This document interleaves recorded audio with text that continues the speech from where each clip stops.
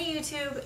I'm sorry it's been a while since I've made one of these videos on the vision of reptiles. I was thinking I was going to be able to do one of these every week, but as it turns out the research and the looking into everything takes a bit more time than I was expecting. So we're going to kind of move this to an every other week kind of thing, just because I want to make sure that I've got the best information for you guys, that it's the most up-to-date, that it's the most accurate, and that I don't screw anything up. So, forgive me for having to miss last week. Hopefully this video, or this week's video, makes it up for you. In my hand here is a lychee. She is gonna help me, hopefully for a bit. Basically, geckos like this Leachianus gecko make up an extremely large group of species, most of which are nocturnal, or at the very least crepuscular, or if you don't know what crepuscular means, that means active at dusk and at dawn.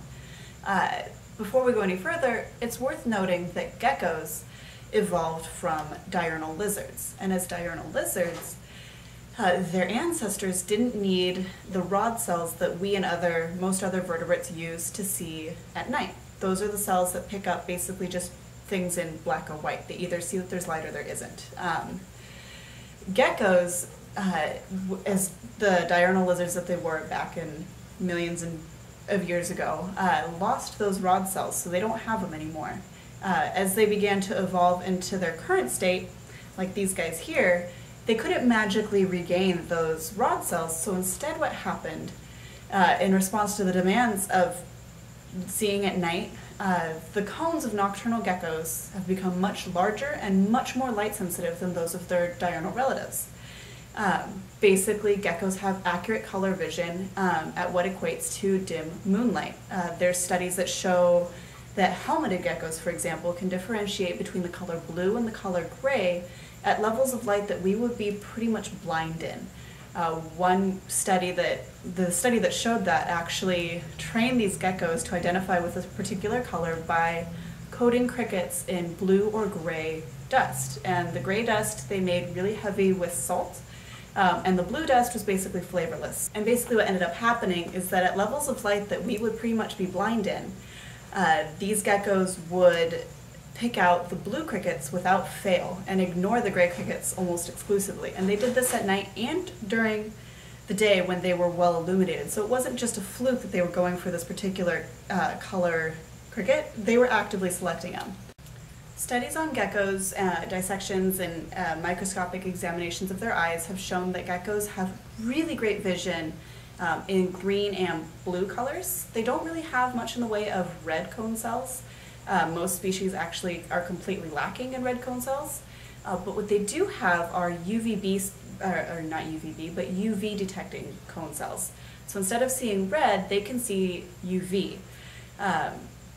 This is interesting because for most of us, I know for me up until I started really looking into this, we're under the impression that at night there is no UV, right? It's nighttime, it's dark, there's no visible light, there's basically just a tiny bit of moonlight basically, and the whole reason we can keep animals like the lychee, leopard geckos, cresteds, a lot of these nocturnal geckos, most nocturnal reptiles, we keep them without UV and they do just fine. So that must mean that they're not getting exposed to UV, right? Interestingly, when I started looking into this, it turns out that there's almost no studies on what kinds of light there are at night. Basically, there's tons of studies on how things are illuminated, what it looks like during the day, different colors of things. You saw in that last video, I had all those examples of how different things look during the day. There isn't really anything like that for nighttime. There's one study that actually precluded a lot of the other studies that I read and was looking up on for my previous video. This one study is called, ready for it, Crepuscular and Nocturnal Illumination and Its Effects on Color Perception by the Nocturnal Hawk Moth, I'm going to screw this up, Diaphylla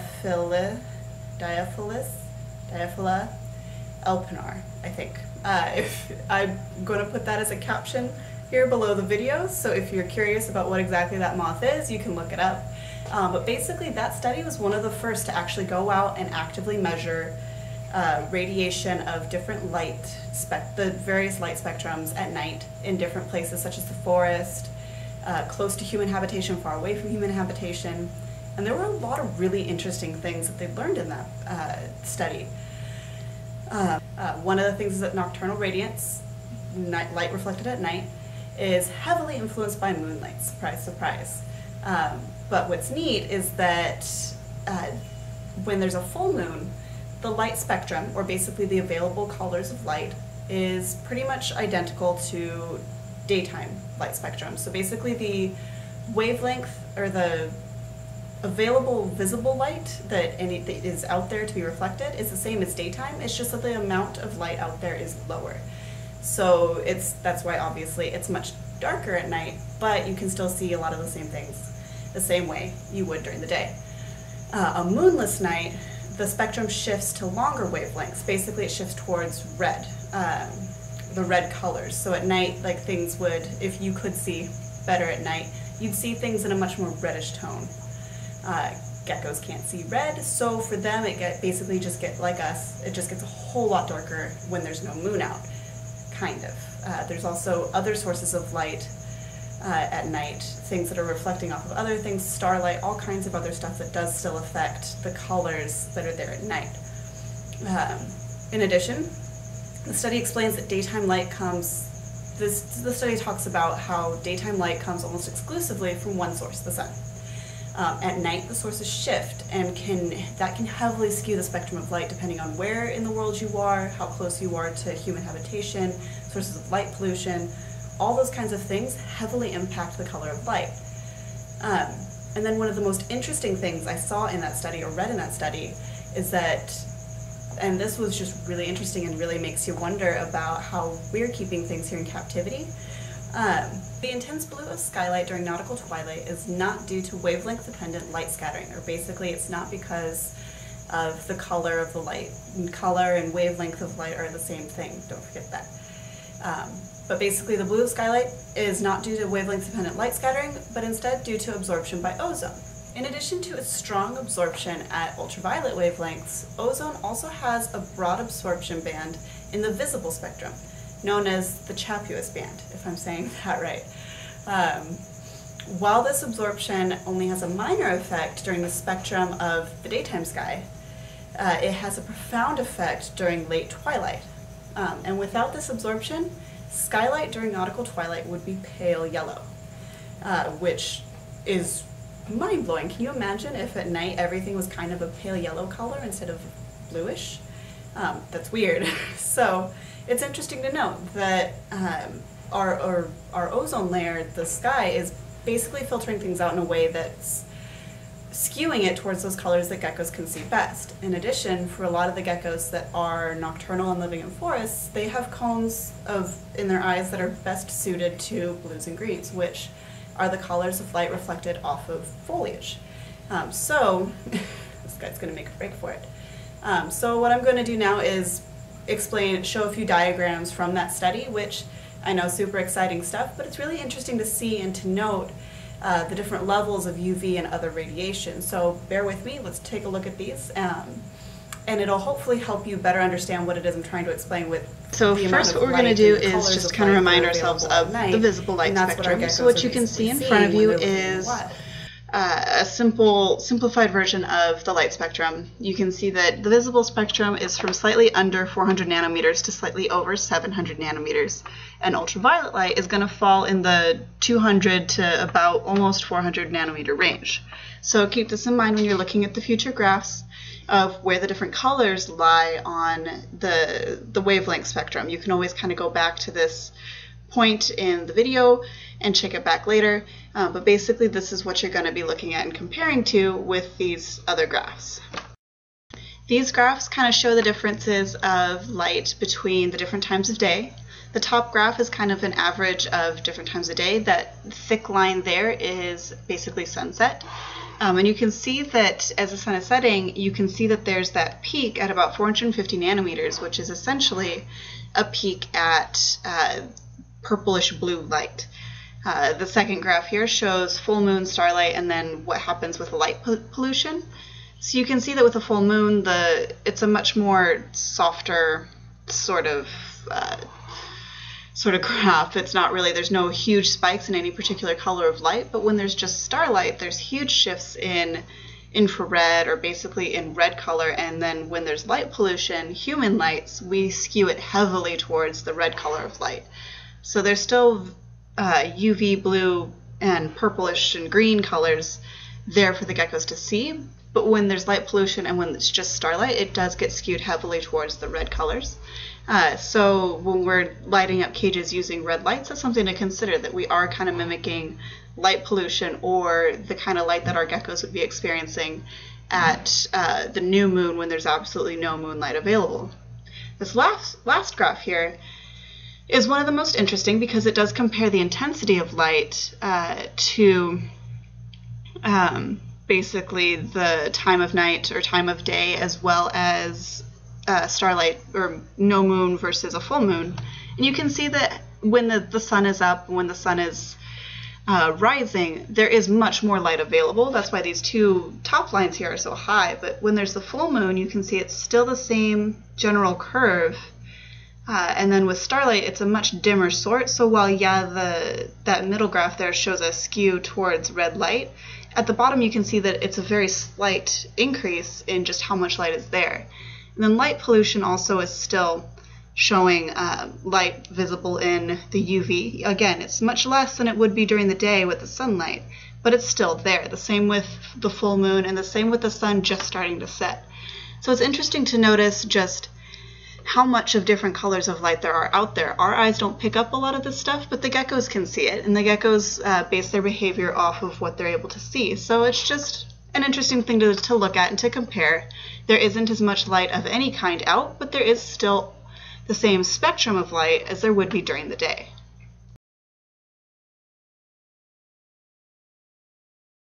Alright, so the actual purpose of this graph is a little bit more complicated than what I'm going to explain it as, but basically it just kind of gives you an idea of the relative difference in intensity of light between moonlight and sunlight. So while there is still measurable amounts of light of all the different colors, as you can see, there's a whole lot more light coming out, period, in sunlight than there is during moonlight. Just so you know what the different things mean, the A and C on the upper left mean astronomical, nautical, and civil twilight, respectively. And then I would hope that you know what clear, light cloud, and overcast mean in reference to sunlight.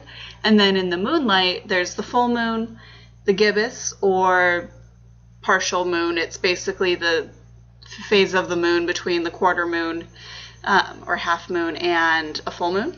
And then there's quarter moon, and then there's the crescent moon, that tiny little sliver that looks like a thumbnail, and then there's starlight, which is that bottom thing down there. Basically, you get the idea of just how intense the light is and how much light there is out there at night compared to sunlight. That's all that this graph shows. This last diagram just is from another study that took inspiration from the study on crepuscular and nocturnal hawk moths. But it basically just goes to show those little spikes and peaks and differences in nocturnal light. This study was based just to study the kinds of light that are out there in nocturnal habitats. So this study was one of the first to actually study nocturnal animals and how they behave at night. So there's still a lot that we're learning about how animals see at night. And one of the interesting things about the study was that it was discussing that really good nighttime color vision might not be as uncommon as we think. So it's just something to keep in mind. The study went into great detail discussing the hawk moths, at least their ability to see colors and their ability to perceive the way different objects look at night. And so since the study was primarily done on hawk moths, I didn't focus a whole lot on how different what the study was focused on, which was the colors of light being reflected off of flowers and how they compared to green leaf backgrounds, which was a lot of what the other diagrams in the study were showing. And again, if you want to look into the study yourself, I'm linking it in the About section below the video. But basically these studies just go to show you that there is a lot more light colors out there, or colored light, than we are able to see at night, and we shouldn't rule that out when it comes to our captive husbandry.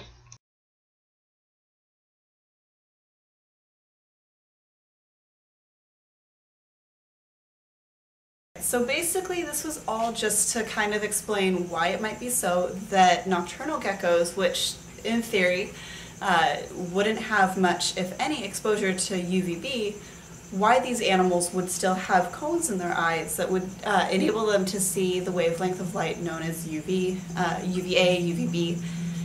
For the most part, I don't think they can really see into UVC, although I'd have to spend probably another week reading a bunch more research articles about that. But basically it just goes to show you that there's a lot more light out there at night, and a much broader spectrum of light out there that these guys can see and that they can perceive and we can't. So it's just something to consider, that, you know, when you walk into the room, your gecko can see you and can see its environment and can see things around it in ways that you can't. They can see things at night that we probably will never see. Who knows? For all we know, they could be seeing patterns in the leaves that birds can see during the day. They just don't see them at the same intensity of light. So while at night there isn't the same amount of light, they're still seeing things in a way that is comparable to animals that during the day that can see a wider range of light than we can. So what impact this has, realistically speaking, on how we take care of our animals, I couldn't tell you. Obviously we can take care of leopard geckos and keep them in a rack system without any problems. We can still care for crested geckos, Leachianus. Those are both species that can be raised without any UVB exposure at all. We do have to supplement with D3, which, you know, makes you wonder, if we provide UVB radiation during the day and a smaller amount at night, would we still need to supplement with D3? It's an interesting question, and it is one for, you know, experienced keepers. You kind of already know how things go. You probably would expect that if you house leopard geckos outdoors, you wouldn't need to supplement them with D3. It's just, why would you? They do just fine inside. But for the beginner keeper, that's something I want you to think about. I hear so many people saying on my other videos, why are you putting UVB on a leopard gecko's cage? Why are you putting UVB on a nocturnal species cage? They don't get exposure to UVB in the wild.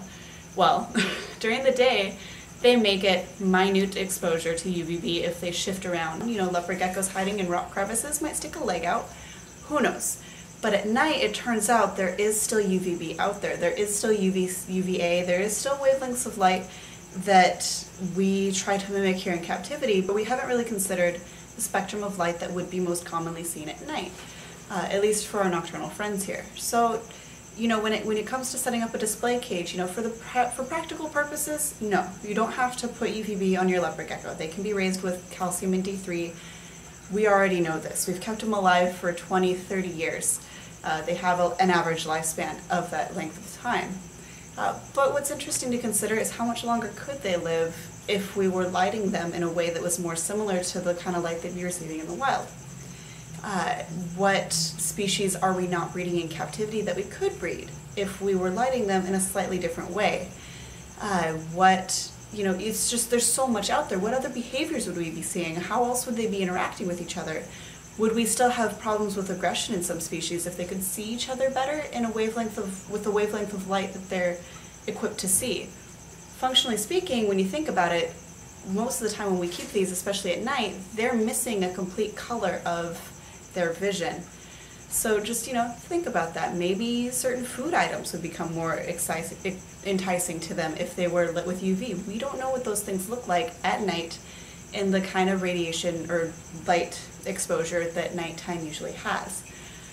So again, for a lot of the commonly kept pet species, this video doesn't change anything in how you take care of your animal from day to day. But I hope it does help you or make you think a little bit about how we could better improve our own husbandry, how we could maybe change things, how we could enrich our animals' lives just a little bit more. What are we lacking and what can we do better? You know, there's just so much out there. Obviously, you know, these animals can see a wavelength of light that we can't.